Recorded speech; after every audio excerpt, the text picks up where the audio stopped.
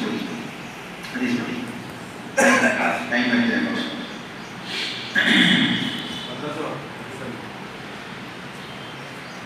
اگر ٹائم بچا تو انشاءاللہ آسان ٹائم دیکھیے. وعن ابی ذر رضی اللہ تعالی عنہ عن النبی صلی اللہ علیہ وسلم. وانی نبی لکھا ہے وانی عن النبی صلی اللہ علیہ وسلم فيما يرويه عن ربه قال يا عبادي إني حرمت الظلم على نفسي وجعلته بينكم محرما فلا تظالموا أخرجه مسلم في كتاب البر والصلة. تمام قسم کی حمد و ثنا کبریائی بڑائی اللہ تعالی شریف کے لیے لائق و زیبا ہے. سبحان اللہ و بحمدہ سبحان اللہ العظیم. انگنت درد و سلام ہو جناب محمد رسول اللہ صلی اللہ علیہ وسلم کی ذات گرامی پر. اللہم صلی وسلم. ابو ذر رضی اللہ تعالی عنہ سے حدیث نقل کی گئی ہے. کہتے ہیں کہ نبی اکرم صلی اللہ علیہ وسلم اللہ کے نبی صلی اللہ علیہ وسلم سے اس بات کو نقل کیا کہ نبی صلی اللہ علیہ وسلم نے ان امور کے متعلق کے بات بیان کی جو آپ صلی اللہ علیہ وسلم نے اللہ تعالیٰ سے بیان کر دیا. اللہ تعالیٰ نے آپ کو یہ چیز بیان کیا گویا حدیث قدسی ہے. دیکھیں اس میں جو سیگا ہے فیما یرویہ عن ربہ، فیما یرویہ عن ربہ، یہ حدیث قدسی کا سیگا ہے. یہ حدیث قدسی کا سیگا ہے. یعنی اگر حدیث قدسی ہوگی تو اس میں اس کے سیگا لکھا ہوا ہے فیما یرویہ عن ربہ، یعنی آپ اپنے رب سے روایت کرتے ہیں، رب سے نقل کرتے ہیں. یا رسول اللہ صلی اللہ علیہ وسلم کہتے ہیں قال نبی صلی اللہ علیہ وسلم قال اللہ تعالی، اللہ کے نبی نے کہا کہ اللہ تعالیٰ کہتا ہے، اللہ تعالیٰ کہتا ہے. تو یہ اس طریقے کے جو جملے ہوتے ہیں اللہ کے نبی کسی حدیث کے اندر اللہ کی جانب بات کو منسوخ کرے، اللہ کی جانب اللہ کے حوالے سے اس کو نقل کرے، گویا وہ کیا ہوگی؟ حدیث قدسی ہوگی. ٹھیک ہے. دیکھیں کہتے ہیں کہ اللہ تعالیٰ نے ارشاد فرمایا اے میرے بندو، یا عبادی اے میرے بندو، انی میں نے حرام کر لیا. کیا کیا؟ حرام کر لیا الظلم، ظلم کو علی نفسی، اپنے نفس. اللہ نے کیا کہا؟ اے میرے بندو میں نے ظلم کو اپنے نفس میں حرام کر دیا. اللہ نے اپنی ذات کے اوپر ظلم کو کیا کیا؟ حرام کر دیا. یعنی اللہ تعالیٰ ظلم نہیں کرتا، اللہ تعالیٰ ظلم نہیں کرتا ہے. ٹھیک ہے. حرمت الظلم علی نفسی وجعلته بینکم محرما فلا تظالموا. اس کے بعد اللہ تعالیٰ نے بیان فرمایا کہ اور تمہارے مابین بھی اسے حرام قرار دے دیا ہے. تمہیں بھی تمہارے اوپر میں کیا کیا ہے؟ ظلم کو حرام قرار دے دیا کہ تم کسی پہ ظلم نہ کرنا، کسی پہ ظلم نہ کرنا. لہذا تم ایک دوسرے پر ظلم نہ کیا کرو، ایک دوسرے پہ ظلم فلا تظالموا، ایک دوسرے پہ ظلم نہ کیا کرو. اللہ نے اس چیز کی وضاحت کو بیان کر دیا کہ اللہ نے اپنی ذات کے اوپر ظلم کو حرام کر دیا ہے. اپنی ذات کے اوپر اللہ تعالیٰ نے ظلم کو حرام کر دیا ہے. جیسے اللہ نے اپنے اوپر حرام کر دیا ہے ویسے ہی اپنے بندوں پہ بھی حرام کر دیا ہے. ان کے لیے جائز نہیں ہے وہ کسی کے اوپر ظلم کرے، یہاں تک کہ کسی جانور کے اوپر بھی ظلم نہ کیا جائے. نہ ظلم نہ ہو. یہی تعلیم ہے جو اسلام نے سکھاتا ہے. انسان تو اسکول کی بات ہے، انسان کے اوپر ظلم و ستم تو بہت آگے کی بات ہے، کی بات ہے. رسول اکرم صلی اللہ علیہ وسلم جانوروں کے اوپر ظلم و ستم کرنے سے منع فرماتے. اونٹ کی کیفیت دیکھتے اللہ کے نبی صلی اللہ علیہ وسلم اونٹ کے مالکوں کو تنبیہ کرتے. جانوروں کی کیفیات کو دیکھتے کہ بدحالی میں ہیں، بھوکے پیاسے ہیں، ان کی دیکھ بھال نہیں کی جا رہی ہے، تو رسول اکرم صلی اللہ علیہ وسلم ان کے مالکوں کو کیا کرتے؟ تنبیہات بیان کرتے کہ اس طریقے سے معاملات کو انجام نہیں دینی چاہیے. چنانچہ اسلام ہمیں تعلیم دیتا ہے کہ انسانوں کے ساتھ بھی نرمی کا معاملہ، رحم دلی کا معاملہ، شفقت کا معاملہ انجام دیا جائے، اور وہی جانوروں کے ساتھ بھی ایسا ہی معاملہ انجام دیا جائے. اللہ یہ کہ اللہ نے کسی چیز کو حلال کیا ہے اللہ نے کسی چیز کو حلال کیا ہے اس کا استعمال کرنا یا اس کو کھانا یہ ظلم نہیں ہے، اس کو کھانا یہ ظلم نہیں ہے، اس کو ذبح کرنا یہ ظلم نہیں ہے۔ کیوں؟ کیونکہ اللہ نے اس کو بنایا ہے اس کے لیے۔ اگر اس کو نہیں ذبح کیا جائے گا، نہیں کھایا جائے گا تو پھر اس کے ساتھ بھی ظلم ہوگا اور وہ بھی معاشرے میں ظلم کرے گا، جانور بھی ظلم کرے گا۔ سمجھ میں آئے گا؟ تو تکلیفات انسان کے لیے اور جانور کے لیے دونوں کے لیے بڑھ جائے گی۔ رسول اکرم صلی اللہ علیہ وسلم نے اس بات کو بیان کیا کہ اللہ تعالیٰ نے بات بیان کی۔ حدیث کا مفہوم یہ ہے، اس حدیث میں معلوم ہوا کہ اللہ تعالیٰ نے اپنے اوپر بھی ظلم حرام کر رکھا ہے۔ قرآن میں ہے کہ وما انا بظلام للعبید، میں بندوں پر بہت زیادہ ظلم کرنے والا نہیں۔ ایک دوسری آیت میں ہے وما اللہ یرید ظلما للعالمین، کہ اللہ رب العالمین وما اللہ یرید ظلما للعالمین، یعنی دونوں آیتوں کا مفہوم تقریباً ایک ہی ہے۔ اور اللہ تعالیٰ جہان والوں پر ظلم کا ارادہ بھی نہیں کرتا۔ یہ دونوں آیتیں بھی اس بات کے اوپر دلالت کرتی ہیں کہ اگر کسی کی موت آتی ہے، کسی کا ایکسیڈنٹ ہوتا ہے یا کسی کے اوپر کوئی دوسرے قسم کی مصیبتیں آتی ہیں اور بندہ یہ سوچتا ہے کہ مجھ پہ ظلم کیا گیا ہے، تو یہ اس کی خام خیالی ہے۔ اللہ کی ذات کی جانب سے کسی کے اوپر ظلم نہیں کیا جاتا۔ اللہ ارحم الراحمین ہے، لوگوں کے اوپر رحم اور شفقت کے معاملے کو انجام دینے والا ہے۔ ظلم اور تشدد اللہ رب العالمین کی صفات نہیں ہے۔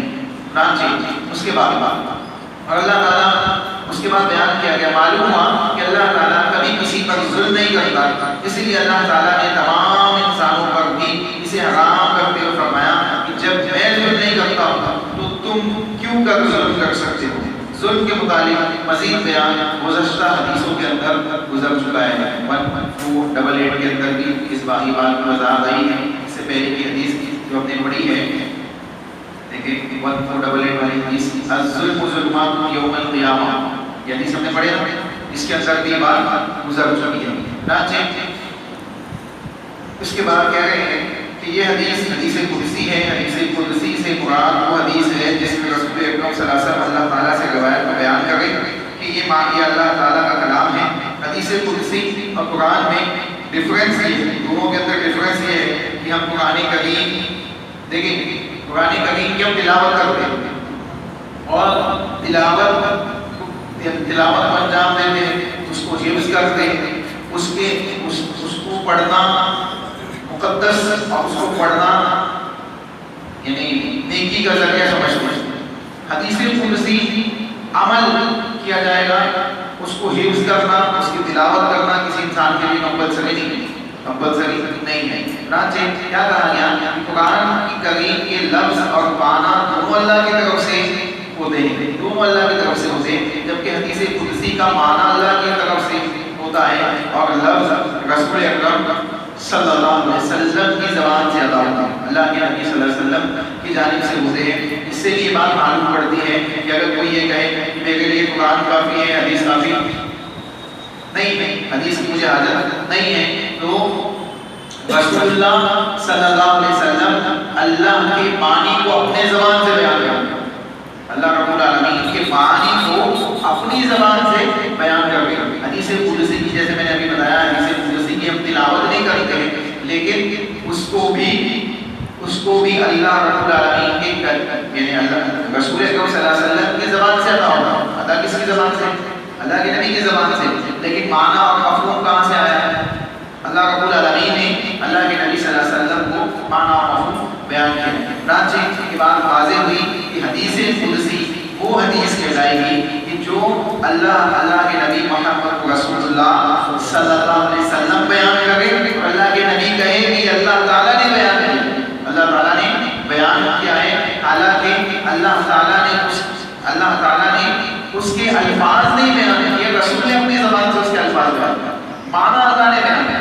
سمجھ میں آئی بات سمجھ میں آئی؟ تو حدیث قدسی کے اندر کچھ سیگے ہوتے ہیں، کچھ الفاظ ہوتے ہیں، جیسے فیما یروی عن ربی، ابھی آپ نے پڑھا ہے نا، اسی طریقے سے قال نبی صلی اللہ علیہ وسلم قال اللہ تعالیٰ، اللہ کے نبی کہے کہ اللہ تعالیٰ نے بات کہی، ایسے کلمات استعمال کیے جاتے ہیں جس سے یہ بات واضح ہو جائے کہ رسول اللہ صلی اللہ علیہ وسلم جو بات بیان کر رہے ہیں حقیقت میں اللہ تعالیٰ کی جانب سے آئی ہے۔ اب ایک اور چیز یہاں سمجھ، حدیث قدسی ہم نے سن لی تو ذہن میں یہ سوال پیدا ہو سکتا ہے کہ حدیث قدسی کے علاوہ جو دوسری حدیثیں ہیں جو نارمل حدیثیں ہیں جس کو ہم اللہ کے نبی کا قول کہتے ہیں، اللہ کے نبی کا عمل کہتے ہیں، جو دوسری حدیثیں ہیں کیا وہ اللہ کی جانب سے نہیں ہیں؟ کیا وہ اللہ کی جانب سے نہیں ہے؟ اللہ کے نبی محمد رسول اللہ صلی اللہ علیہ وسلم بیان فرماتے ہیں کہ مجھ میں ایک اللہ کی کتاب نازل ہوئی. کیا نازل ہوئی؟ اللہ کی کتاب. وَمِثْلِهِ مَعَهُ، اور اس کے ساتھ اس کا ہم مثل نازل ہوا. اللہ کی کتاب نازل ہوئی اور اس کے ساتھ اس کا ہم مثل اسی جیسی ایک اور چیز نازل ہوئی. وہ کیا ہے؟ وہ حدیث ہے. وہ کیا ہے؟ وہ حدیث ہے. یعنی رسول اکرم صلی اللہ علیہ وسلم اپنی زبان سے کوئی حدیث بیان کرتے تو اپنے ذہن، دماغ اور عقل کی اپج نہیں ہوتی ہے، بلکہ اللہ رب العالمین کی سجائی ہوئی، اللہ رب العالمین کی وحی کی ہوئی، اللہ رب العالمین کی جانب سے آپ کی زبان سے نکالی ہوئی بات ہوئی. سمجھے بھائی؟ وَالنَّجْمِ إِذَا هَوَىٰ مَا ضَلَّ صَاحِبُكُمْ وَمَا غَوَىٰ وَمَا يَنطِقُ عَنِ الْهَوَىٰ. اللہ نے کہا جو نبی کہتے ہیں وہ وحی ہوگی. جو نبی کہتے ہیں وہ کیا ہوگی؟ وحی ہوتی ہے. تو اللہ کے نبی حدیث قدسی کہہ رہے وہ بھی وحی ہے، اور حدیث عام حدیثوں کو بیان کر رہے وہ بھی وحی ہے. ڈفرینس یہ ہے کہ اس کے اندر تحقیق کی جائے گی. کیونکہ اس کے بیان کرنے والے بعد میں آنے والے لوگوں میں جھوٹے لوگ بھی شامل ہو گئے، کذاب لوگ بھی شامل ہو گئے، نیک اور سچے لوگ بھی شامل ہو گئے، قوی الحافظہ لوگ بھی شامل ہو گئے جن کے حافظے مضبوط تھے، اور کمزور حافظے والے بھی شامل ہو گئے. تو اس کے بیان کرنے والے مختلف لوگ شامل ہوتے چلے گئے. اسی لیے اس کے اندر جو حکم لگایا جاتا ہے یہ صحیح ہے، یہ ضعیف ہے، یہ موضوع ہے، یہ مرسل ہے، یہ مرفوع ہے، یہ موقوف ہے. یہ حکم اس لیے لگایا جاتا ہے کہ اس کی سند کے اندر بیان کرنے والے لوگ کیسے ہیں. سند کو دیکھتے ہو حکم لگتا ہے، متن کو دیکھتے ہو حکم نہیں لگتے. سند سمجھتے ہیں؟ سند حدیث کی سند سمجھتے ہیں؟ نہیں سمجھتے حدیث کی سند. دیکھیں حدیث کی سند جو قال نبی صلی اللہ علیہ وسلم سے پہلے ہوتی ہے وہ حدیث کی سند ہوتی ہے. قال نبی صلی اللہ علیہ وسلم صحابی کا نام ہوتا ہے، صحابی کے نام سے پہلے امام بخاری کا نقل کرے حدثنا اسماعیل بن، ایسا امام بخاری حدیث نقل کرتے ہیں کہ اپنے استاد سے اسماعیل سے، اس کے بعد وہ فلاں سے، وہ فلاں سے، وہ فلاں سے، اور وہ صحابی عبد الرحمن صاحب دوسی سے. تو یہ کیا ہوتی ہے؟ ایک سلسلہ ہوتا ہے سند کا. اس سند کے سلسلے کو چیک کیا جاتا ہے. سند کے سلسلے کو چیک کیا جاتا ہے. کہاں سے کہاں تک چیک کیا جاتا ہے؟ محدث سے، حدیث کے بیان کرنے والے سے لے کر صحابی کے پہلے تک شخص ہے اس میں. ایک سے سنیں سند کہاں تک چیک ہوتی ہے؟ سند کہاں تک چیک ہوتی ہے؟ محدث جیسے امام بخاری محدث ہیں، حدیثوں کو بیان کرنے والے، ان سے لے کر صحابی کے پہلے تک جو راوی ہے، یعنی تابعین تک، کہاں تک؟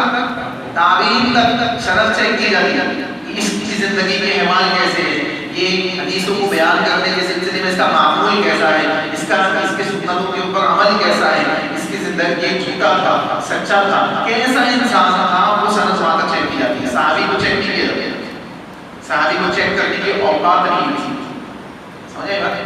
میں اوقات کا لفظ سب سے گہرا لفظ ہے سمجھنے کے لیے. اس بات پر اس صحابہ اعلیٰ مقام کے لوگ ہیں، ہماری حیثیت نہیں ہے کہ ہم ان کو چیک کر سکیں. سمجھے بھائی؟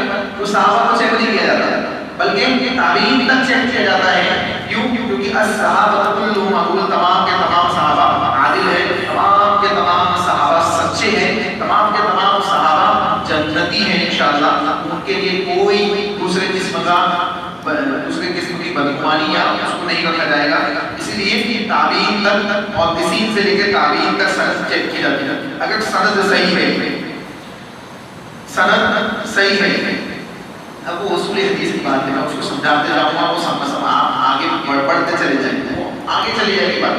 یہ حدیثیں پڑھ جائیں گے، میں زیادہ نہیں بتاؤں گا کہ اگر سند صحیح ہے، سند صحیح ہے، اصول ہوتے ہیں سند کے صحیح ہونے کے. مثال کے طور پر یہ کہیں صاحب کہیں کہ میں نے شعیب بھائی سے بات سنی ہے، شعیب بھائی کہے کہ میں نے عابد صاحب سے، فرحان صاحب سے بات سنی ہے، فرحان صاحب کہے کہ میں نے توصیف صاحب سے بات سنی ہے. یہ جو سلسلہ چلا ہے سند کا. اب سعود صاحب جو بات کہہ رہے ہیں کہ میں نے شعیب صاحب سے سنی ہے، حالانکہ شعیب صاحب یعنی شعیب صاحب کو ان کی ملاقات ثابت نہیں، ملاقات ہی نہیں ہے، یہ دوسرے ملک میں زندگی گزار رہی ہے، دوسرے ملک میں زندگی گزار رہی ہے، یہ کبھی وہاں گئے ہی نہیں ان سے سند سننے کے لیے. اس زمانے میں ٹیلی فون تو تھا نہیں، یہ کبھی گئے نہیں سند سننے کے لیے. یہ کہہ دے کہ میں نے ان سے سنا ہے تو حدیث کیا ہو جائے گی؟ ضعیف ہو جائے گی، جھوٹی بات ہو جائے گی. جھوٹی بات ہو جائے گی، ملاقات ہی ثابت نہیں تو آپ کیسے کہہ کہ میں نے سنا ہے؟ یا کوئی ایسا شخص کہیں جس کی پیدائش 1986 میں ہوئی 1986 میں ہوئی، وہ کہے کہ میں نے ایسے شخص سے سنا ہے جو 19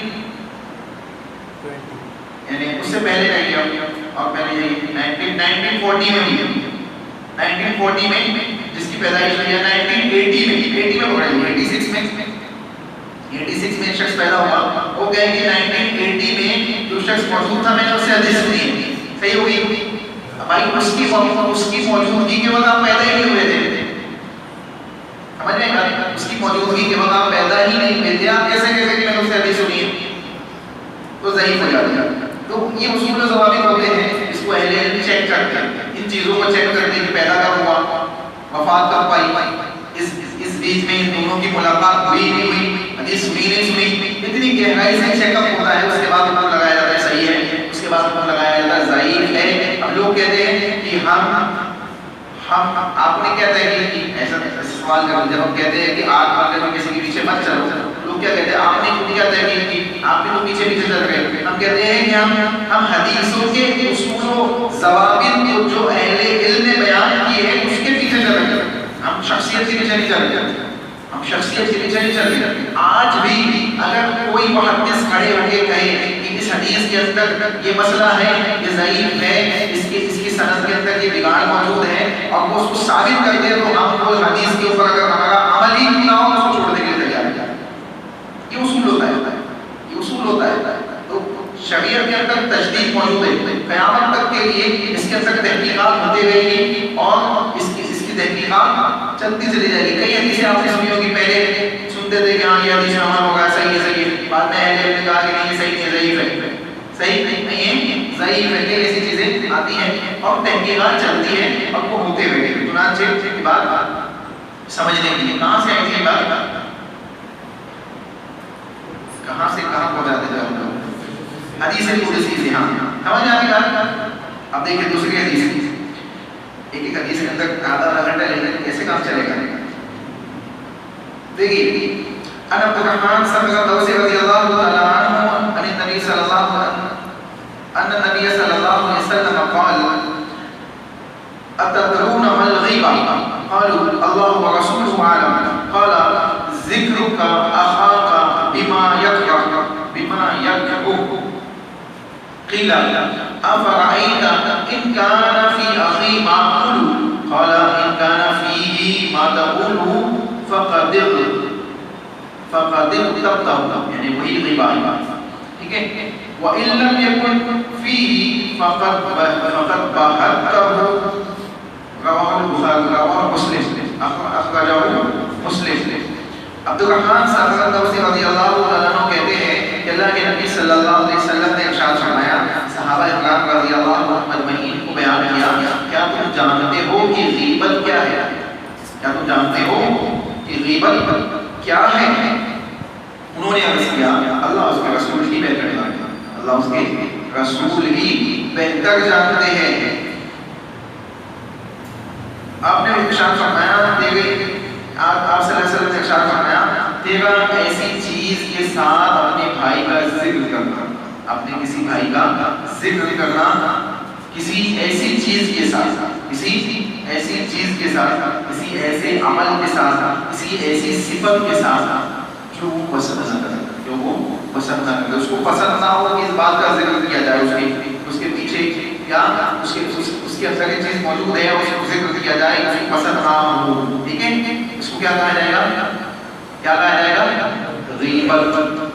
اب دیکھیں جب یہ بات کہی اللہ کے نبی صلی اللہ علیہ وسلم سے صحابہ نے بات کہا ناپسند کرتا ہوں، دریافت کیا گیا، اللہ کے نبی سے پوچھا گیا اگر جو میں کہہ رہا ہوں، بات میں نے کہی ہے، جو بات میں نے کہی ہے وہ میرے بھائی میں موجود ہو تو کیا پھر بھی یہ غیبت ہے؟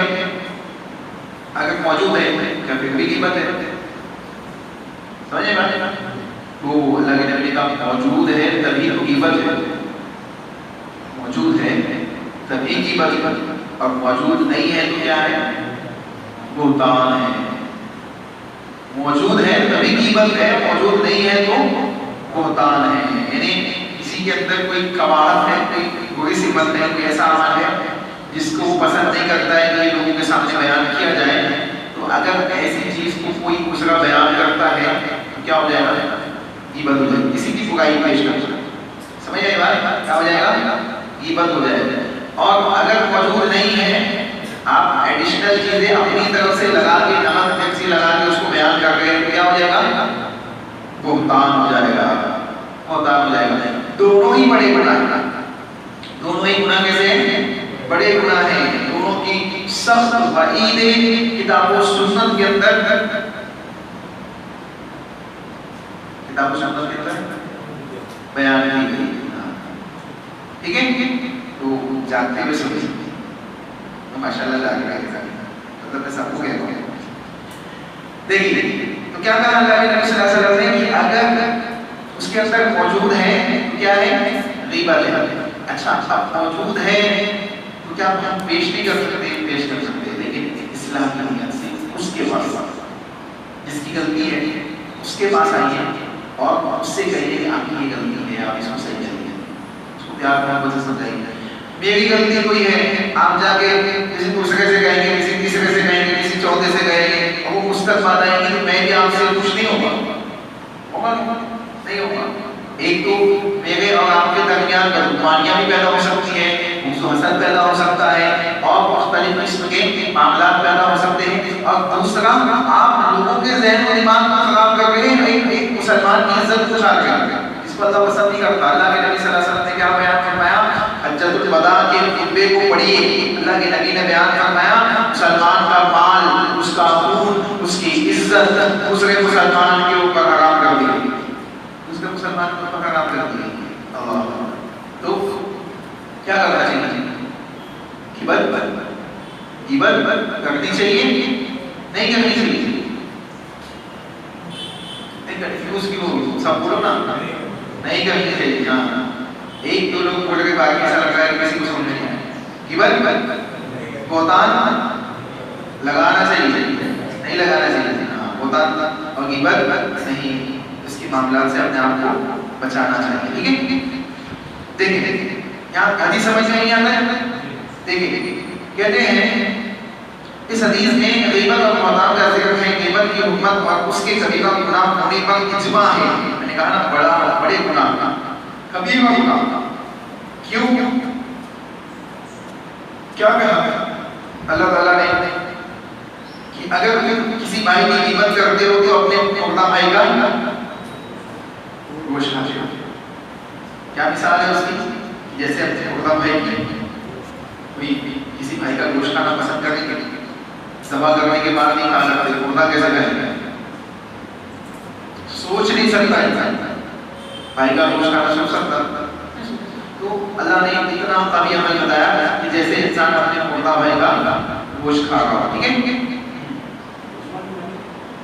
اجماع یعنی کسی بات کے اوپر صحابہ کا اجماع ثابت ہو جائے، صحابہ جمع ہو جائے، یا اہل علم کی ایک بڑی تعداد جمع ہو جائے، ہاں مطلب اس کا متفق ہے بات، یہاں یہ بات صحیح ہے، بات صحیح ہے۔ ٹھیک ہے، جیسے اس کے کبیرہ گناہ ہونے میں اختلاف نہیں ہے، لوگ جمع ہیں کہ ہاں صحیح ہے۔ ٹھیک ہے،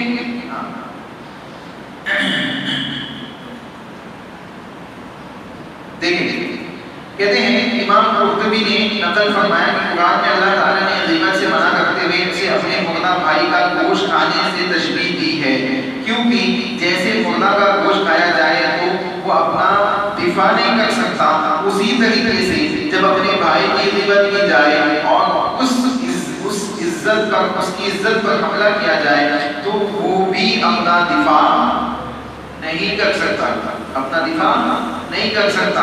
واضح رہے کہ اہل علم نے 6 امور کو غیبت سے مستثنی قرار دیا ہے اور دلائل کے ساتھ ثابت کیا ہے کہ ان میں غیبت جائز ہے، غیبت جائز ہے۔ کچھ امور ہے جس میں غیبت جائز ہے، ابھی بتائیں گے، اتنے ٹینشن لینے کی بات نہیں. پہلے یہ سمجھے اوپر جو بات کہی گئی کہ امام قرطبی کا جو قول نقل کیا گیا کہ انہوں نے کہا کہ اللہ تعالیٰ نے جو بات کہی ہے کہ مردہ بھائی ہوئے گوشت کھانے کے مانند ہے. ایک انسان یہاں موجود نہیں ہے، ہم بیٹھ کے اس کی برائی کریں، اس کی غیبت کریں، تو وہ اپنی اس برائی کا دفاع کر سکتا ہے؟ نہیں کر سکتا، نہیں کر سکتا، وہ موجود ہی نہیں ہے. تو ویسے ہی ہوتا ہے، مردہ کھایا جائے تو وہ دفاع کر سکتا ہے؟ زندہ جانور کو ذبح کرتے ہیں تو تھوڑا بہت دفاع کرتا ہے نا، اپنے آپ کو بچانے کی کوشش کرتا ہے، ہلتا ہلتا یہاں وہاں بھاگنے کی کوشش کرتا ہے، لیکن اس کو ہم کام میں کسی نہ کسی جگہ ذبح کر دیتے ہیں. تو دفاع کرتا ہے، زندہ ہے اصلی، جو موجود ہی نہیں ہے اور جو مردہ ہے وہ دفاع نہیں کر سکتا. اسی لیے اللہ تعالیٰ نے کیا کہا کہ مردہ بھائی کے گوشت کھانے کے معنی ہے کہ وہ کسی طریقے سے دفاع نہیں کر سکتا. سمجھے گا؟ ہاں، تو یہ مسئلہ ہے. اب دیکھیں کہتے ہیں کہ 6 ایسے کام ہیں، 6 ایسے کام ہیں جس میں عیوب کو دوسرے کے سامنے پیش کیا جا سکتا ہے، غیبت کی جا سکتی ہے. غیبت نہیں کہیں گے اس کو، بلکہ اس کو ابھی ان کو سنیں گے تو آپ کو سمجھ آئے گا. یعنی انسان وہاں مجبور ہے اس چیز کو پیش کرنے کے لیے، تو اللہ نے یعنی اس کو ثابت کر دیا. جیسے مظلوم کو ظالم کے پیچھے اس کے خلاف بات کرنے کا حق حاصل ہے. کوئی مظلوم ہے جس کے اوپر ظلم کیا جا رہا ہے، وہ ظالم کے خلاف اس کے پیچھے بات کر سکتا ہے. اس کے پیچھے ہے جو اس کی موجودگی میں نہیں بول پا رہا ہے، وہ ظالم کا جانا ہے، اس کو چلا گیا، اس کی غیر موجودگی میں اس مظلوم کی باتوں کو پیش کر رہا ہے. کوئی حرج کی بات نہیں ہے، کوئی حرج کی بات نہیں ہے. آپ دیکھیں اللہ کے نبی صلی اللہ علیہ وسلم کے پاس لوگ اپنے معاملات کو لے کے آتے ہیں، کہتے تھے اللہ کے نبی فلاں فلاں شخص ہے، وہ ایسے ایسے معاملات کا انجام دیتا ہے نا، کئی ایسی چیزیں لے کے آتے تھے. تو یہ کیا تھا؟ اللہ کے نبی کے پاس اپنے مسئلے لے کے آتے تھے، اللہ کے نبی کے پاس لوگوں کے مسائل لے کے آتے تھے. تو یہ تمام چیزیں، اگر کوئی ظالم ہے، کوئی مظلوم ہے، وہ اللہ کے نبی کے پاس آتا تھا کہ فلاں نے میرے مال کو غصب کر لیا، مال دینے کا. ابو جہل والا واقعہ دیکھ لیں، آیا تھا نا ایک شخص تاجر تھا، سب کے پاس گیا، کہا کہیں کوئی نہیں مدد کرنے والا. ایک نے کہا کہ جاؤ محمد کے پاس. اللہ کے نبی کے پاس آیا، اللہ کے نبی صلی اللہ علیہ وسلم نے بات سنی کہ ہاں فلاں فلاں شخص سے ابو جہل نے ایسا کام کیا. گئے دروازہ کھولا، کون؟ محمد. اللہ کے نبی کو دیکھا اور سمجھ گیا مسئلہ. ساتھ میں شخص موجود تھا، کیا کہا آپ نے اس کی امانت بات دے دی کہ باقی ہے آپ دے دیا ہوا بنا کسی معاملے میں. تو یہ کیا تھا؟ رسول اللہ صلی اللہ علیہ وسلم کے سامنے ایک مظلوم نے اپنی شکایت پیش کی ہے نا. ٹھیک ہے، اس کے بعد برائی کو روکنے کی غرض سے کسی سے مدد مانگتے ہوئے برائی بیان کی جا سکتی ہے. کوئی ایسا آدمی ہے جس کی وجہ سے معاشرے میں برائی پھیل رہی ہے، اب کوئی آگے امام صاحب سے کہے بھائی یہاں خطبہ سنتا ہے، یہاں ایسی باتیں کرتی تھی، اس کے لیے اس برائی سے بچ جائے اور اس کو بھی اس میں مبتلا ہونے سے محفوظ ہو جائے، معاشرے کے اندر برائی نہ پھیلے، آپ ہو سکتا ہے اس کی اصلاح ہو جائے. اصلاح کی نہیں حاصل ہوئی، اس برائی کو پیش کر رہا ہے، تو اس میں کوئی اچھی بات نہیں. سمجھے بھائی؟ برائی کو روکنے کے لیے، فساد کو روکنے کے لیے. اس کے بعد تیسری چیز، فتویٰ طلب کرتے وقت مفتی کے سامنے کسی کا نقص و عیب بیان کیا جا سکتا ہے. کسی کا نقص و عیب بیان کیا جا سکتا ہے فتویٰ طلب کرتے وقت. میاں بیوی کا مسئلہ ہے، خلا کا معاملہ ہے، طلاق کا معاملہ ہے، کس وجہ سے ہوا، کیا پرابلم ہے، بیوی شوہر کے مسائل بیان کرتی ہے، شوہر بیوی کے کوئی بیان کرتا ہے کہ آپ کو اب ایک سال نہیں رہنا ہے یہاں، اس کے سلسلے میں آپ کیا کیجیے، فتویٰ دیجیے. ہوتا ہے نا، کیا ہے جائز ہے، برائی ہے لیکن یہ جائز ہے. اس قسم کا بیان کرنا کیا ہے؟ جائز ہے. اس کے علاوہ اپنی طرف سے اس میں کچھ استعمال مت کر لینا. ہاں یہ بھی ہو سکتا ہے. ہم کیا کرتے ہیں 6 ہم ملے نا اور 4 بار گھوم لیتے 10 ہو جائیں گے. 3-4 گھوم لیتے کیا ہو جائیں گے؟ 10 ہو جائیں گے. ٹھیک ہے نا.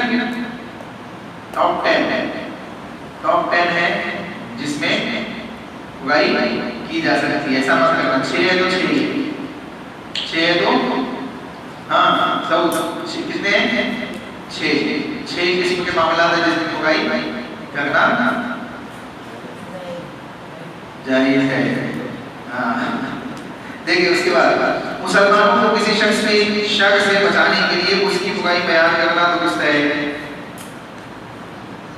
اب کوئی ایسا فتنہ ہے معاشرے کے اندر جو ابھی سوشل میڈیا کا زمانہ ہے، آسانی سے سمجھ سکتے اس کو، آسانی سے اس کو سمجھ سکتے. کوئی ایسا فتنہ ہے جو قرآن و سنت کو تبدیل کر دیتا ہے اپنی باتوں سے، اس کے معنی اور مفہوم کو بدل دیتا ہے اور لوگ اس کے ذریعے سے گمراہی میں جاتے ہیں، گمراہی کا شکار ہو گئے. تو اگر اہل علم اپنے بیانات کے اندر اس کی غیر موجودگی میں اس کے اوصاف کو بیان کرتے ہیں، اس کے اوصاف کو بیان کرتے ہیں اور اس کے شر کو لوگوں کے سامنے پیش کرتے ہیں، اس کے نام کے ساتھ ساتھ، اس کی وضاحت کے ساتھ، یہاں یہ شخص ہے، اس کے فتنے سے آپ کیا کرو، بچو، اور یہ اس طریقے سے کتاب و سنت کے معنی اور مفاہیم کو تبدیل کرنا چلا جا رہا ہے. آپ اس کے شر سے اپنے آپ کو بچاؤ، آپ اس کی گمراہی سے اپنے آپ کو بچاؤ، اس کے شر سے اپنے آپ کو بچاؤ. یہ جائز ہے، جائز ہے.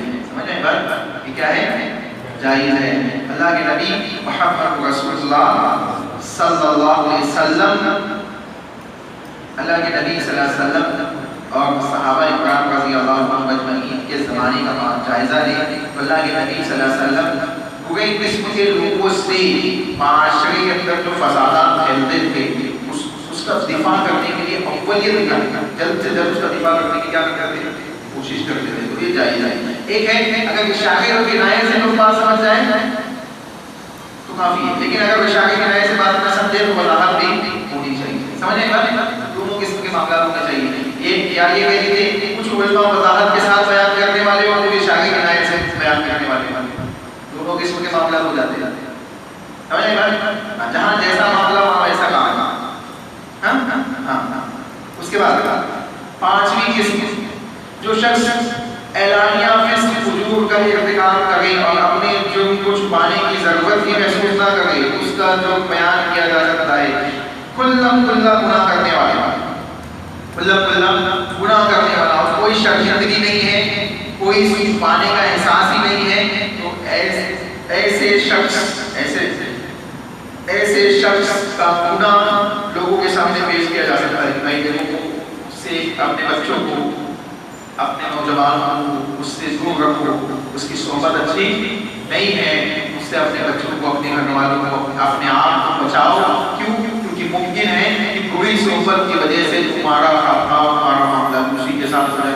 اس لیے اپنے آپ کو کیا کرو، بچاؤ. ایسے شخص کی برائی بیان کی جا سکتی ہے. اس کے بعد چھٹا شخص، جو عیبدار، جو نام کسی کی پہچان بن چکا ہے اور اس کے بغیر اس کی معرفت ممکن نہ ہو، مثلا اندھا، لنگڑا وغیرہ، یہ الفاظ کسی کے پیچھے استعمال کیے جا سکتے ہیں. دیکھیں اس میں دو چیزیں یاد رکھیں. بئس الاسم الفسوق بعد الایمان، اللہ نے کیا کہا؟ ایمان کے بعد کسی کو برے الفاظ سے پکارنا جائز نہیں، کسی کو برے الفاظ سے پکارنا جائز نہیں ہے. لیکن اگر جس کے اندر ایسی کوئی صفت ہے، مثال کے طور پہ اندھا ہے، نہیں دیکھ پاتا ہے، اس کو اس بات سے برائی محسوس ہی نہیں ہوتی. یعنی وہ اگر آپ کوئی اندھا کہہ دیں تو اس کو تکلیف نہیں ہوتی، تو اس کو اندھا آپ کہہ سکتے ہیں. جیسے عبداللہ ابن مکتوم رضی اللہ تعالیٰ عنہ اندھے تھے اور ان کی اندھے ہونے کی صفات کو محدثین نے ذکر کیا. محدثین نے ذکر کیا. ایک صحابی جن کے ہاتھ لمبے تھے، ذوالیدین کے نام سے جانے جاتے تھے، ذوالیدین کے نام سے لوگ پکارتے تھے، تو ان کو برا نہیں لگتا تھا. ان کا تعارف ہی ویسا ہو گیا تھا کہ یہ لمبے ہاتھ والے. کیا تھا؟ لمبے ہاتھ والے. ہاتھ لمبے ہونے کی وجہ سے لوگ کہتے تھے لمبے ہاتھ والے. تو ایسے کوئی معاملہ ہے اور کوئی کہہ دیتا ہے، یعنی اس کی پہچان ہی اس کے ساتھ ہونی ہے.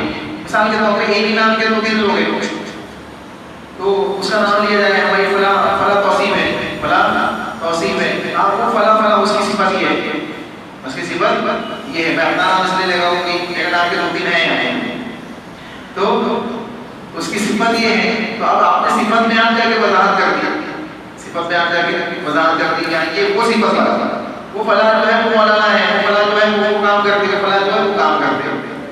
تو یہ جو صفت آپ نے بیان کی، اگر اس میں کوئی ایسی صفت ہے جو برائی والی ہے، یعنی اندھا ہونا، لنگڑا ہونا یا اس قسم کا کوئی عیب ہے، تو اگر اس کو اس نیت سے واضح کیا جائے، اس نیت سے بیان کیا جائے کہ اس کا تعارف ہو جاتا ہے، اس کی پہچان ہو جائے، اس کی پہچان ہو جائے اور اس کو معیوب بھی نہ لگ رہا ہو تو اس کو بیان کیا جا سکتا ہے، کوئی حق کی بات نہیں ہے، پہچان کے لیے بتایا جا سکتا ہے. سمجھ آئے گا؟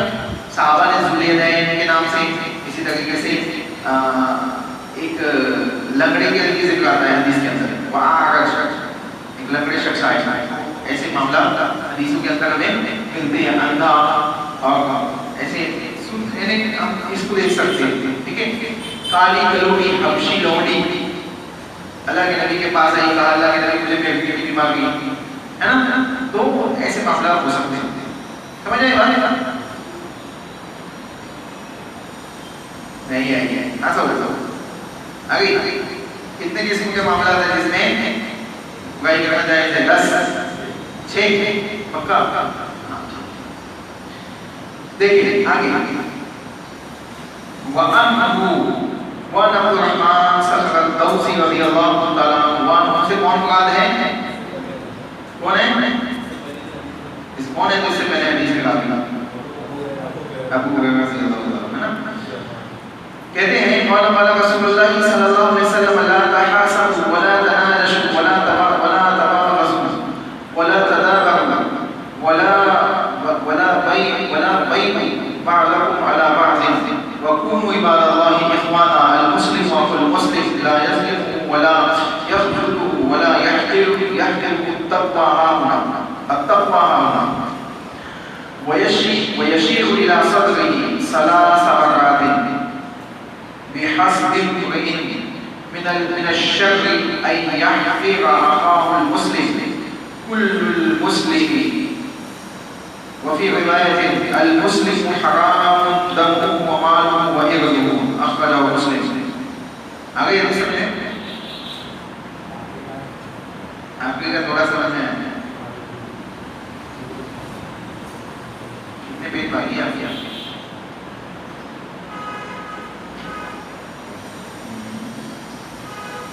ماشاء اللہ بہت پیج باقی 91 بھی آپ 70 پہ بھی آپ آئیں 70 پہ کتنے بچے کہاں سے 91 حساب کتاب اچھے سے نہیں لگا. دیکھیں عبد الرحمن صخر الدوسی رضی اللہ تعالیٰ عنہ کہتے ہیں کہ رسول اللہ صلی اللہ علیہ وسلم نے ارشاد فرمایا ایک دوسرے پر حسد نہ کیا کرو. خرید و فروخت کے سلسلے میں بھی بیان کیا کہ خریدنے کی نیت کے بغیر بولی لگا کر قیمت نہ بڑھاؤ.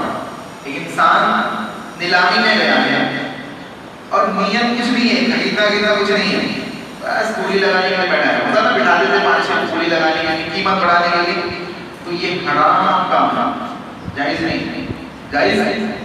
ٹھیک ہے. کہتے ہیں خریدنے کی نیت کے بغیر بولی لگا کر قیمت نہ بڑھاؤ. ایک دوسرے سے بغض نہ کرو، ایک دوسرے سے قطع تعلقی نہ کرو، ایک دوسرے کے سودے پر سودا نہ کرو، ایک دوسرے کی بے پر بے نہ کرو. جیسے یہ کوئی چیز بیچنے کے لیے کھڑے ہوئے، میں آیا، میں نے وہ چیز نیلامی نہیں ہے، دکان ہے، میں نے وہ چیز ان سے خرید لی، انہوں نے بیچا کتنے میں 20 روپے میں بیچا. دوسرا آیا بھائی مجھے 25 روپے دو بھائی، میں تو ہے تمہارے پاس ایک ہی پیس ہے. کتنا ہے؟ ایک ہی پیس. ابھی وہ مجھے دے دیں گے، بات ہو گئی 20 میں دینا ہے، بات کتنے میں ہو گئی 20 میں دینا ہے. اب دوسرا آیا 25 میں، ارے واہ یار 25 میں ایک کام لے لو، اس کے لیے بھی غلط ہے، اس کے لیے بھی غلط ہے. سمجھے بات؟ اس کے لیے بھی جائز نہیں، اس کے لیے بھی جائز نہیں. اس کے لیے بیچنا جائز ہے، اس کے لیے خریدنا جائز ہے. اللہ کے نبی نے کہا ایک دوسرے کے بے کے اوپر بے نہ رکھنا. کسی معاملہ طے ہو چکا ہے، اب اس کے اوپر کوئی آگے خرید لے. ہاں اگر اس کو معلوم نہیں تھا، اس نے خرید لیا، اس نے بیچ دیا، وہ غلطی میری ہے، غلطی میری ہے. سمجھے بات؟ اگر معلوم ہے جان بوجھ کے کر رہا ہے تو یہ بھی غلطی ہے. دیکھیں کہتے ہیں ایک دوسرے کے بے پر سودے پر سودا نہ کرو اور اللہ کے بندے بن جاؤ. اس میں ایک اور چیز داخل کر لو، سودے پہ سودا نہ کرنے کے لیے. کسی کا نکاح کا خطبہ ہے، نکاح کے خطبے کے اوپر خطبہ دینے سے بھی اللہ کے نبی نے منع کیا. خطبہ سمجھتے ہیں؟ خطبہ نکاح کا پیغام، نکاح کا پیغام، خطبہ نہیں، خطبہ، خطبہ، خطبہ، نکاح کا پیغام، نکاح کا پیغام. کسی خاتون کو کوئی آدمی نکاح کا پیغام بھیجے یا کوئی خاتون کسی آدمی کو نکاح کا پیغام بھیجے، جب تک ان دونوں کا معاملہ فائنل ہو جائے یا کینسل ہو جائے، فائنل ہو جائے یا کینسل ہو جائے، کسی دوسرے کے لیے درست نہیں کو پیغام ہے. نہیں سمجھ رہے؟ آ گئی؟ ہاں سمجھ میں مطلب وہ کس اعتبار سے ہے کہ اب ایک بات سٹارٹ ہے، ایک بات سٹارٹ ہے. مثال کے طور پہ ایک خاتون کو ایک وقت میں 3 4 5 نکاح کے پیغام آ سکتے ہیں نا؟ یہ صحیح ہے، پیغام آ سکتے ہیں، لیکن اگر کسی ایک کو منتخب کر لیا جائے، چلو ان سے کانٹیکٹ کرتے ہیں، بات کرتے ہیں، تو اب جب تک ان کا معاملہ کلیئر نہ ہو جائے دوسرا انوالومنٹ نہ کرے. یہ بات ہے. عید خطبے کے پیغام کو حضرت ام سلمہ کو بھی آئے تھے نا عید خطبے کے پیغام، تو وہ ایک الگ چیز ہے. لیکن یہاں بھی کیا ہے، پیغام آئے ہیں لیکن پیغام میں سے ایک کے سلسلے میں کانٹیکٹ چل رہا ہے، بات چل رہی ہے. اب یا تو فائنل ہوگا، نکلتے ہوگا، یا تو پسند نہیں آیا ہے تو بھی ہوگا، کینسل ہو جائے گا. تو اس میں کیا ہوگا، دوسرا جس کا آیا ہوا ہے وہ اس میں انوالومنٹ نہ کرے گا. اب بھائی مجھے پسند ہے تو کسی طریقے سے اس کو کینسل کر دیں، تو یہ کوشش کرنا جائز ہے. کیا ہے جائز ہے؟ ہاں بولتے ہو نہیں بولتے ہو سمجھ نہیں آتا. جائز ہے نہیں جائز ہے؟ ہاں ٹھیک ہے. دیکھیں کہتے ہیں کہ مسلمان بھائی ہے، مسلمان کا بھائی ہے، نہ وہ اس پر ظلم کرتا ہے، نہ اسے رسوا کرتا ہے، اس کی عزت نہیں اچھالتا ہے، اور نہ ہی اسے حقیر سمجھتا ہے. تقویٰ یہاں ہے، تقویٰ یہاں ہے، تقویٰ یہاں ہے. 3 مرتبہ اپنے سینے کی طرف اشارہ کیا کہ تقویٰ یہاں ہے، تقویٰ یہاں ہے، تقویٰ یہاں ہے. ٹھیک ہے، اشارہ فرماتے تھے آدمی کے برے ہونے کے لیے یہی کافی ہے کہ وہ اپنے مسلمان بھائی کو حقیر سمجھے. آدمی کے برے ہونے کے لیے یہی کافی ہے کہ وہ اپنے مسلمان بھائی کو کیا سمجھے، حقیر سمجھے، حقیر سمجھے. ٹھیک ہے. مسلمان کی ہر چیز دوسرے مسلمان کے لیے حرام ہے، اس کے خون، اس کا مال اور اس کی عزت. میں نے بتایا تھا وہی چیز ہے. اس کا خون، ایک مسلمان دوسرے مسلمان کا خون کرے یہ حرام کام ہے. ایک مسلمان دوسرے مسلمان کے مال کا قبضہ کر لے یہ حرام کام ہے. ایک مسلمان دوسرے مسلمان کی عزت اچھالے یہ حرام کام ہے. تینوں کام کیا ہے؟ حرام ہے. اللہ نے اس کے رسول نے حرام کر دیا، جائز نہیں ہے. اب سمجھ آئی حدیث؟ بہت آسان ہے. لا تحاسدوا، حسد نہ کرو، ہے نا. اللہ کے نبی صلی اللہ علیہ وسلم نے حسد سے منع فرما دیا، اور اس کے کئی کام اس میں بیان کیے گئے ہیں. اب دیکھیں حدیث کو سن لیں بار بار. کہتے ہیں کہ ایک دوسرے سے حسد نہ کرو. حسد سمجھتے ہیں؟ بتائیں گے اس سے پہلے ایک حدیث میں بتا چکے ہیں. حضرت کسے کہتے ہیں؟ حضرت جلدی سے بتاؤ. بحث کرنا. حسد ہے، بحث کرنا کہاں سے؟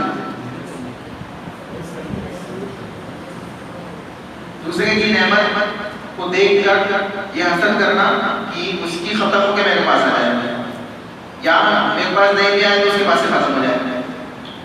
ٹھیک ہے. کیا ہے یہ حسد؟ حسد کی بنیاد پہ کبھی کبھی کیا ہوتا ہے، نظر بد جو لگتی ہے نا، اس کے اندر بھی حسد کا انوالومنٹ ہوتا ہے. ایسا محسوس ہوتا ہے. کیوں انسان کہتا ہے ہاں بڑا اچھا ہے، لیکن دل میں کچھ اور ہوتا ہے. ماشاء اللہ نہیں نکلتا نا زبان سے. اور کبھی کبھی بنا حسد کے بھی نظر لگتی ہے. نظر ایسا نہیں کہ حسد کے ساتھ ہی لگے گی، حسد کے ساتھ بھی نظر لگتی ہے، اور حسد کے بغیر بھی نظر بد کا شکار انسان ہو جاتا ہے. ماشاء اللہ بولتا نہیں ہے ہاں بڑا اچھا ہے، بڑی اچھی ہے، بڑا اچھا، بڑی اچھی گاڑی ہے، کہاں سے لایا ہے. تو یہ جملے ایسے تو بولے ہم کیا لگا اس کے ساتھ میں ماشاء اللہ، سبحان اللہ، الحمدللہ، اللہ کا فضل ہے، بفضل اللہ تعالی. اس قسم کے سینٹنس بولے تاکہ بندے کی وہ نعمت اللہ کے شکر، اللہ کی مشیت کے ساتھ سمجھتا ہے. سمجھے گا انسان نظر سے محفوظ ہو جائے. تو کہتے ہیں ایک دوسرے سے حسد نہ کرو. یعنی حسد ایک دوسرے کے سلسلے میں اس کی نعمت کے زوال کے لیے کوششیں نیتیں یا اپنی نظروں کو خراب نہ کرو. ٹھیک ہے. خریدنے کی نیت کے بغیر بولی نہ لگاؤ. ایسے ہی جا کے بیٹھ گئے اور بولی لگانا اسٹارٹ کر دیے یا پیسے لے کے بیٹھ گئے بولی لگانا اسٹارٹ کر دیے اس نیت سے قیمت بڑھانی ہے. بولی لگوانے والے خود بٹھاتے ایسے لوگوں کو, بولی لگوانے والے لوگ خود ایسے لوگوں کو بٹھاتے ہیں کہ تم بیٹھو تمہارا کام صرف بولی لگانا ہے, قیمت بڑھاتے جانا. کسی نے 10 لاکھ بولا تو نہیں, 11 لاکھ بول دینا, 15 لاکھ بول دینا, پھر وہ بولے گا 20 لاکھ کا. کیا ہوگا؟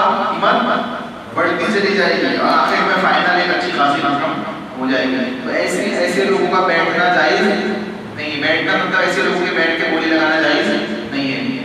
ہاں. اس کے بعد کہتے ہیں کہ ایک دوسرے سے بغض نہ رکھو. ایک دوسرے سے بغض سمجھتے ہیں, بغض, کینہ, کینہ, کپٹ, جلن, سب ایک ہی معنی. جلن, بغض, یہ سب ایک ہی معنی. بغض یعنی دل میں بات ہے, دل میں کچھ اور ہے, منہ میں کچھ بڑھا گیا ہے, آپ کا مارے گا آستی کا وہ آپ بولے گا بڑی بڑی. تو ایسا بغض رکھنا جائز نہیں ہے. یہ مسلمان کے ساتھ, اپنے مسلمان بھائی کے ساتھ بغض رکھنا جائز نہیں. ہاں, اگر کوئی اس معاشرے کے اندر فتنہ بن جائے کہ وہ اللہ کے دین کے کام کے خلاف معاملہ بن جاتا, اللہ کے دین کے کام کو روکنے کے لیے جدوجہد کرے, تو ایسے شخص سے محبت بھی رکھنا جائز نہیں. ایسے شخص سے محبت رکھنا بھی جائز نہیں. اس سے اللہ کے نبی نے کیا کہا کہ 7 قسم کے خوش نصیب لوگ جو ہوں گے اس میں 2 لوگ ایسے بھی ہوں گے کہ وہ آپس میں ملتے ہیں تو اللہ کے لیے ملتے ہیں, الگ ہوتے ہیں تو اللہ کے لیے. محبت ہے تو اللہ کے لیے, دشمنی ہے تو اللہ کے لیے. محبت ہے تو اللہ کے لیے, دشمنی ہے تو اللہ کے لیے. تو اللہ کے لیے محبت ہونی چاہیے. اور اگر اللہ کے دین کے کاموں کو روکنے کی کوشش کر رہے ہیں, اس کے معاملات کو بگاڑنے کی کوشش کر رہا ہے یا اس کے دین کے اندر دخل اندازی کر رہا ہے, تو ایسے لوگوں سے محبت بھی درست نہیں ہے. ان سے اگر نفرت رکھی جائے گی تو بھی اللہ کے لیے رکھی جائے گی. تو کس کے لیے رکھی جائے گی؟ اللہ کے لیے. ہاں, وہ اس طرح کر لیں ان سے محبت, پھر بغض نہیں. اگر پھر بغض ہے تو ذاتی بغض ہے, اللہ کے لیے نہیں. سمجھیں گا؟ وہ اس طرح کر لیں تو نفرت نہیں ہونی چاہیے. ہاں. اس کے بعد ایک دوسرے سے قطع تعلق ہی نہ کرے, صلہ رحمی والا معاملہ رکھے. ایک دوسرے سے رشتہ داری دوستی کو, مسلم اخوت کو قائم کرے, توڑے نہ, دشمن نہ بنے. ٹھیک ہے. ایک دوسرے کے سودے پر سودا نہ کرے. کوئی انسان مال خرید رہا ہے, انسان وہاں جا کے پہنچ جائے کہ اس کو مت دو, مجھے دے دو, اتنا پیسہ مجھ سے لے لو, یہ جائز نہیں ہے. ٹھیک ہے. سودے پہ سودا نہ کرے. اور یا کسی کا اماؤنٹ سودا فکس ہو گیا ہے, اس پہ جا کے پھر سے سودا نہ کریں. ٹھیک ہے. مسلمان کا کیا ہے؟ المسلمون اخو المسلم. مسلمان کا اصل ایمانی رشتہ. اگر کوئی رشتہ دار کفر میں ہے, شرک میں ہے یا ایمان میں نہیں ہے, کافر ہے, تو اس کے مقابلے میں اس کا مسلمان اس کے لیے زیادہ اہمیت کا حامل ہونا چاہیے. اللہ کے نبی صلی اللہ علیہ وسلم کے زمانے میں اس کی کئی مثالیں ملتی ہیں. حضرت عبدالرحمن بن ابی بکر رضی اللہ تعالیٰ عنہ ایمان لے آئے. بعد میں ایمان لے آئے. ابو بکر صدیق کو کہنے لگے کہ ابا جان, جنگ بدر میں مجھے موقع ملا تھا آپ کی گردن کاٹنے کا, لیکن میں آپ والد محترم تھے اس لیے میں نے ایسا کام نہیں کیا, پیچھے ہٹ گیا. ابو بکر صدیق نے کیا کہا, بیٹا شکر مناؤ کہ مجھے موقع نہیں ملا, مجھے موقع نہیں ملا ورنہ میں اڑا دوں. کیوں؟ کیونکہ اس وقت تم ایمان والے نہیں تھے نا. تو ایسی مثالیں بھی ملی ہیں ہم کو اللہ کے نبی صلی اللہ علیہ وسلم کے زمانے میں کہ کفر اور شرک کے خلاف مومنین کھڑے ہیں جو رشتے ہیں ایک دوسرے کے بھائی یا بیٹے, بھائی ہیں یا باپ بیٹے ہیں یا ایسے رشتے ان کے موجود ہیں, پوری رشتے موجود ہیں. سمجھ رہے ہیں؟ تو ایسے لوگ موجود ہیں.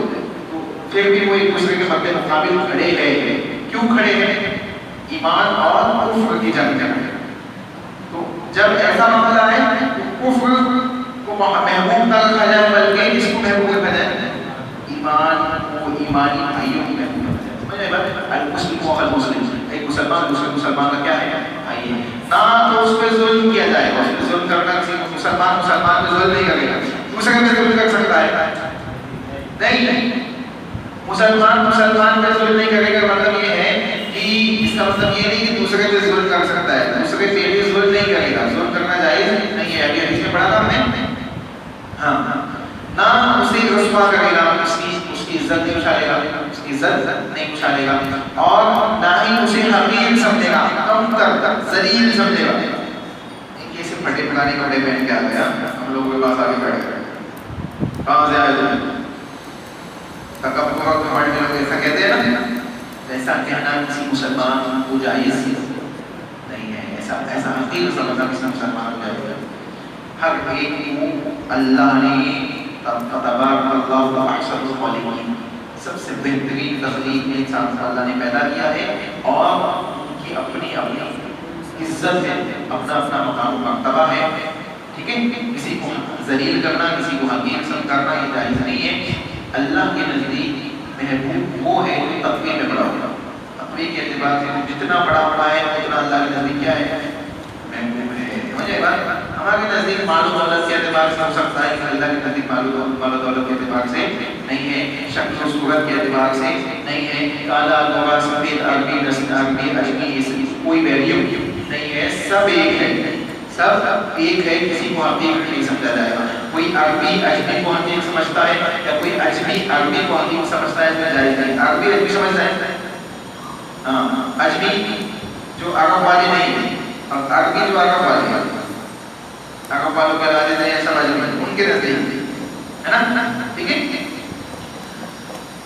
اس کے بعد اللہ کے نبی صلی اللہ علیہ وسلم نے ارشاد فرمایا کہ تقوی یہاں ہے. 3 مرتبہ تقوی یہاں ہے، تقوی یہاں ہے، تقوی یہاں ہے. یعنی تقوی کا معاملہ کہاں سے ہے؟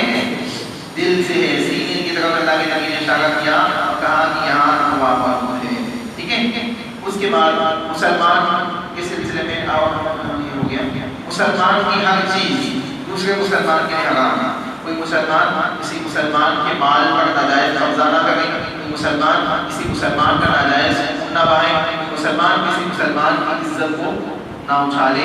اور اس قسم کے کئی معاملات جو حجۃ الوداع کے موقع پہ اللہ کے نبی نے بیان کی مسلم کی حدیث کے اندر موجود ہیں. یہ بات سمجھ آ نہیں آتا ہے سب کو؟ کوئی سوال، کوئی کنفیوژن؟ آگے چلو.